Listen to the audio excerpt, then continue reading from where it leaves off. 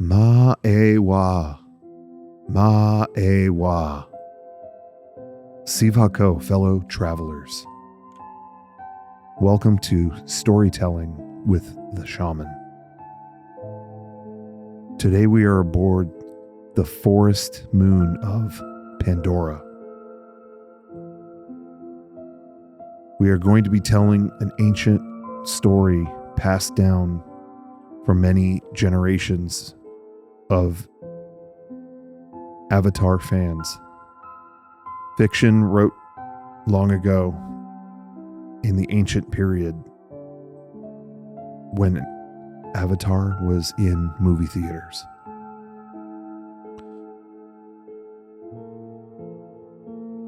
The cast of our story today will be Sean Chatfield as Jake Sully, the soldier once from Earth who has found new life among the people of Pandora, the Na'vi. Playing Neytiri, Garrett Hunter.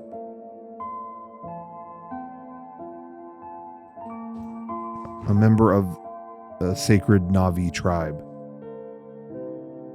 guarding the planet and its tree of Ewa. And playing the character of Trudy, another former soldier of Earth, Kristen Wiig.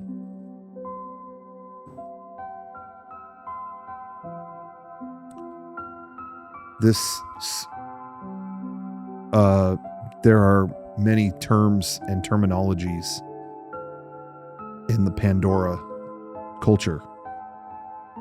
And one of them I want to make an annotated note upon is a neural cue in Na'vi language known as swin. The neural cue is an appendage from the Na'vi body in which a neural connection known as sahelu can be made. A psychic connection, an intimate connection between all living things.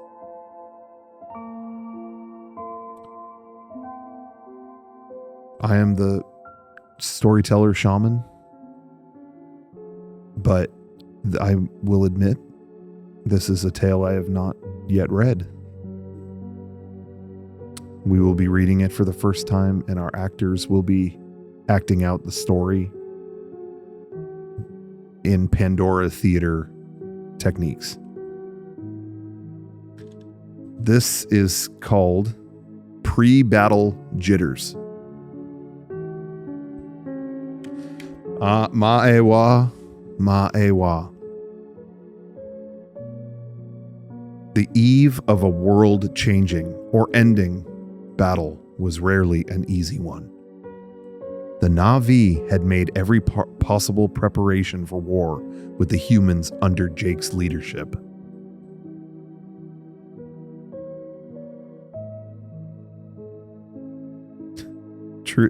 Trudy knew he was special, but she never realized how much one person could really change the world.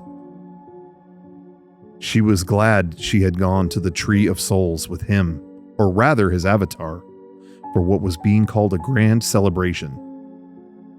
She clung to his large alien body as they flew on his winged steed.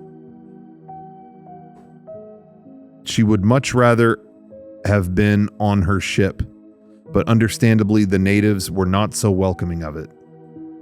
This was actually her first time she touched a Na'vi.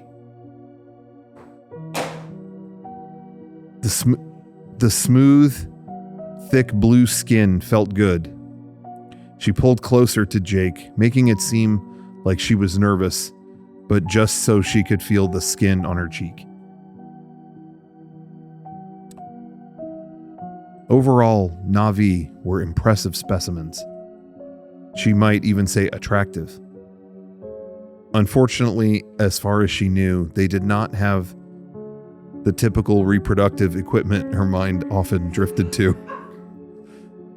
All she knew about their intimacy was they connected their ponytails, their neural cues, the sute, in a strange organic way. Shame, she thought. They suddenly drove straight down as they came down to outer part of sacred territory, which many of the Na'vi had relocated to. They landed with a thud as the creature perched and shook dirt from itself. "You can quit hugging me now," Jake smirked in his gruff voice.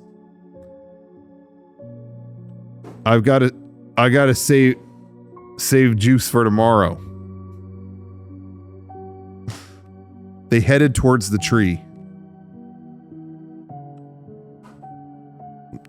"Jake, are you okay? You seem off."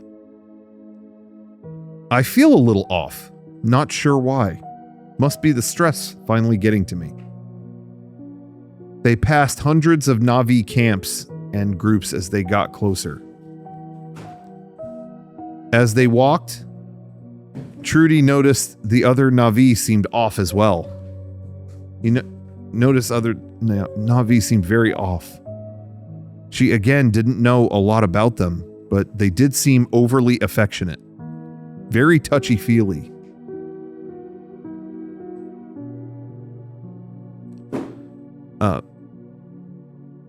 As they got closer to the tree, the intensity of the natives began to grow.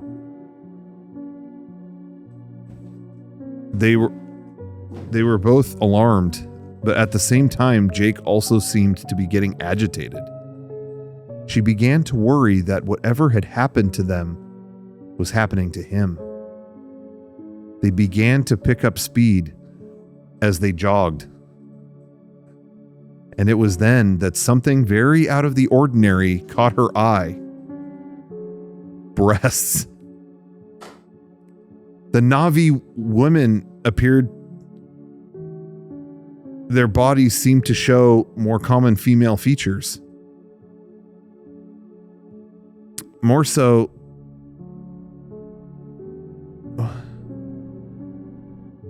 their eyes darted around nervously at the increasingly lewd activity. "Jake, what the hell is going on here? What did you drag me into?" "I don't know." She noticed he was getting exhausted and a little shaky. Finally, they came to the rise of the crater where the tree sat. Neither was ready for what they saw. Despite what either knew of the Na'vi, all those present in the crater were writhing, jerking, and moaning in what was clearly a massive alien orgy. Jake pushed through the shock and disorientation to rush down to meet his lover, Neytiri, who stood on the rise under the tree. Against her better judgment, Trudy hurried to follow him, pushing through the sea of otherworldly carnal activity. As she did, she felt the brush of bare body parts and sweaty skin. The air was filled with a symphony of moaning, grunts, and cries of passion.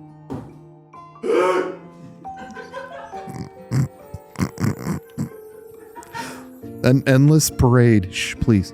An endless parade of anonymous hands constantly grasped at her as she pushed through to keep up with Jake, who was dealing with the same issues. She couldn't help but watch with amazement. No porno or internet sex party could ever come close to what she was seeing. The untamed passion of a race unchained by social norms or insecurities that mankind had developed. Hundreds of massive, heaving blue breasts disappearing and reappearing in and out of almost glowing slits. Finally, they breached the crowd and got up to the rise with the tree where Neytiri stood. Like the others, she seemed just as newly endowed in figure, and as Jake approached her, she pounced into his arms and pressed her lips against his in a passionate display of love that he returned. Hey, lover, come on, what's going on? Jake fought to break the kiss and spoke with her in their native language for a minute. She fidgeted about him as he talked, like a cat in heat. He seemed genuinely shocked by whatever she rather casually said to him.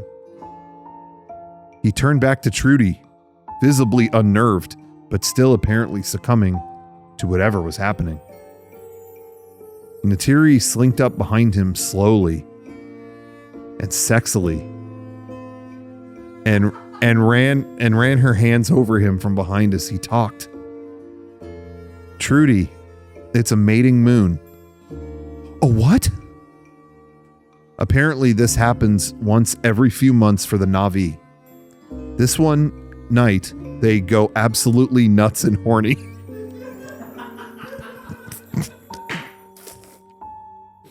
They go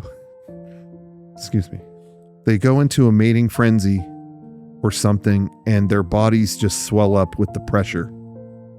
So that's why they look more sexual. Yeah, the tits and asses and everything fill in, I guess, when this happens. But what about tomorrow? The battle? Trudy cut herself off in shock as Jake moaned. Neytiri, having crouched down onto the ground, come around to his feet, around his neural cue. Sute. She backed away, seeing Jake's eyes glass over in pleasure. She watched, shocked and also rather aroused, as Jake bore his teeth and began furiously thrusting his neural cue, his sute.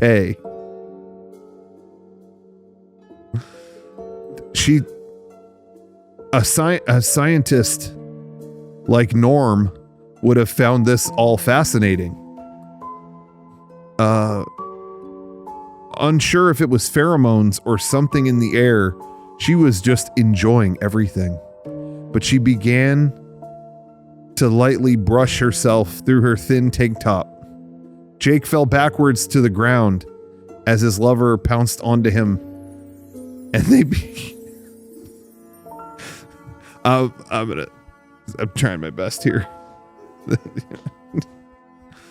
Trudy felt all hot and horny as she popped open her pants button and started to rub above her military underwear. She continued to watch, and her legs started getting weak. She pulled one of her boobs free out of her shirt. She sat down to watch. She brought her fingers up to her mouth. The otherworldly light of the Tree of Souls made her skin glow. She grunted to herself as she achieved her first orgasm. She watched the alien lovers as they finally got to it for real. She then saw that barely a few feet away, another hardcore session was taking place. A much older Na'vi had her back against the tree itself and was moaning loudly as she was with a younger male. It was in fact the high priestess, Neytiri's mother.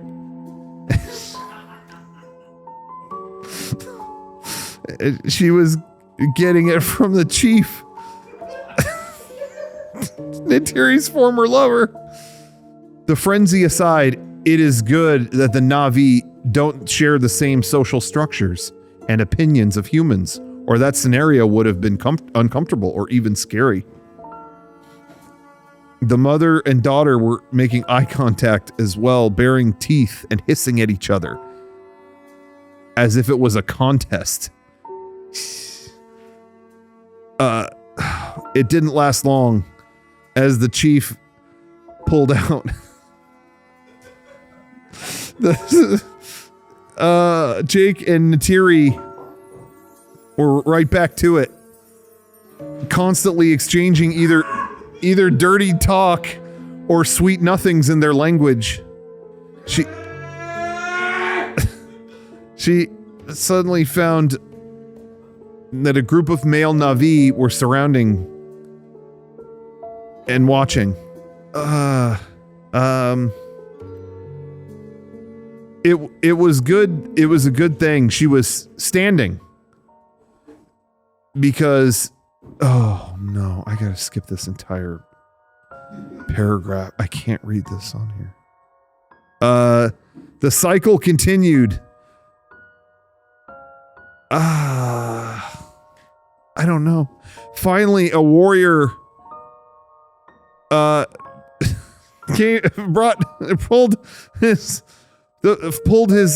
neural cue near, and I don't know what I can read here. She snaked it around her waist. This was not painful. She lost her senses in the pleasure. She felt warm, sweaty skin. And she fell downwards as she was hit with what was her 10th or 11th orgasm. They didn't slow at all, and she pressed her lips against those of the male near her, exploring their pointed teeth and leathery tongue. She felt the male withdrew. The previous tenet of her asshole. Okay, I can't. I gotta skip this. This was so... Oh my god, this is not what I expected. Jake had been going continuously with Neytiri. She seemed insatiable. He felt exhausted, yet his body just kept going. He was sure he had fucked his writhing lover in every way possible, and she still wanted more. He realized some time ago that as he was not wholly Na'vi, his senses weren't being completely overwhelmed, so he could enjoy the act far more than he thought they were. He did somehow get off watching, knowing he was the taboo of Neytiri, being in what appeared to be a fuck-off with her mother and former lover. He had to admit he was more turned on as he watched this rivalry. Her aged voice screeched out as she was overwhelmed from every angle.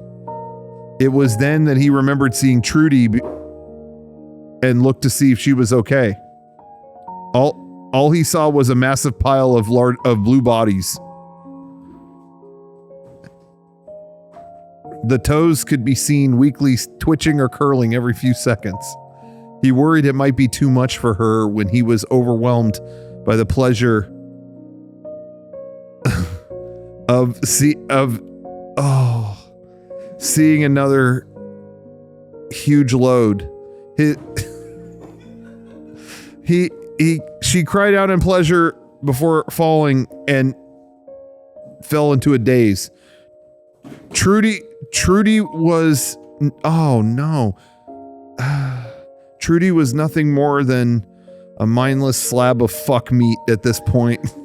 I can't, you gotta cut this out. She was exhausted yet enthralled.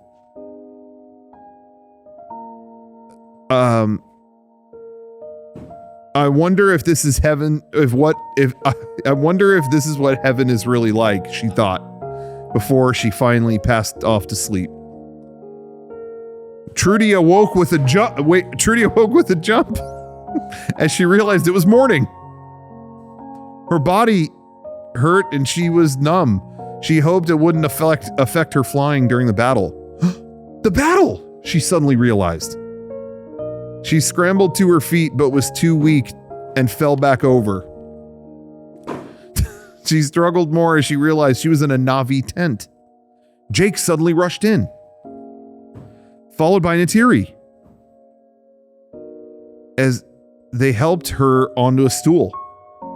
Her head hurt and things were still hazy, but she remembered everything that had happened. A part of her regretted passing out and missing the rest. That was a hell of a night, she snickered. Trudy, I'm so sorry you were dragged into that, Jake said. I didn't know. It's okay, Jake. It wasn't your fault.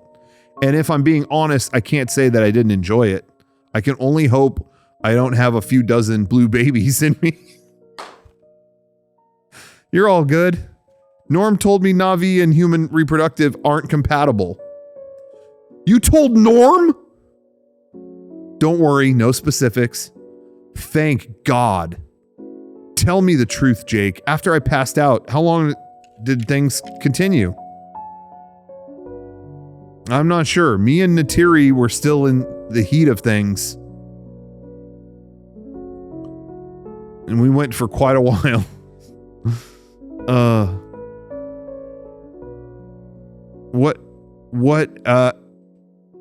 Oh God, what else happened? You put my sauté in your mouth. Are you shitting me? Oh my God, this is rough. What? I took you to the chief's tent to rest. By the time I came back, Neytiri had ditched me and blended in with the sea of other writhing bodies to satisfy her lust. I remember I finished the remainder of the night with her mother. You what? Yeah, she was one sex-starved old woman. I think she might have been wilder than Neytiri. Jesus Christ, Jake. I know, again, so sorry. This is the worst time. I know this is the worst timing, but we have to get ready. Quaritch will be on the move soon. Right. I gotta get my vehicle all prepped. Neytiri said something she couldn't understand before she left the tent. For joining us, the clan insists on marking you and your fighter with the warrior's paint as a sign of honor. She smiled and nodded. She stood and weakly tried to walk. Her ass sore beyond description. Before she left, she turned back and pressed her lips against Jake's, or rather his avatar's, in a heated and passionate kiss. She pulled away and gave her usual cocky grin. Thanks for the great night, hero boy. Maybe we can try it again sometime. Thank you for joining the story time with the shaman. We have 2 more stories prepared. Thank you for tuning in. I hope you enjoyed. Goodbye.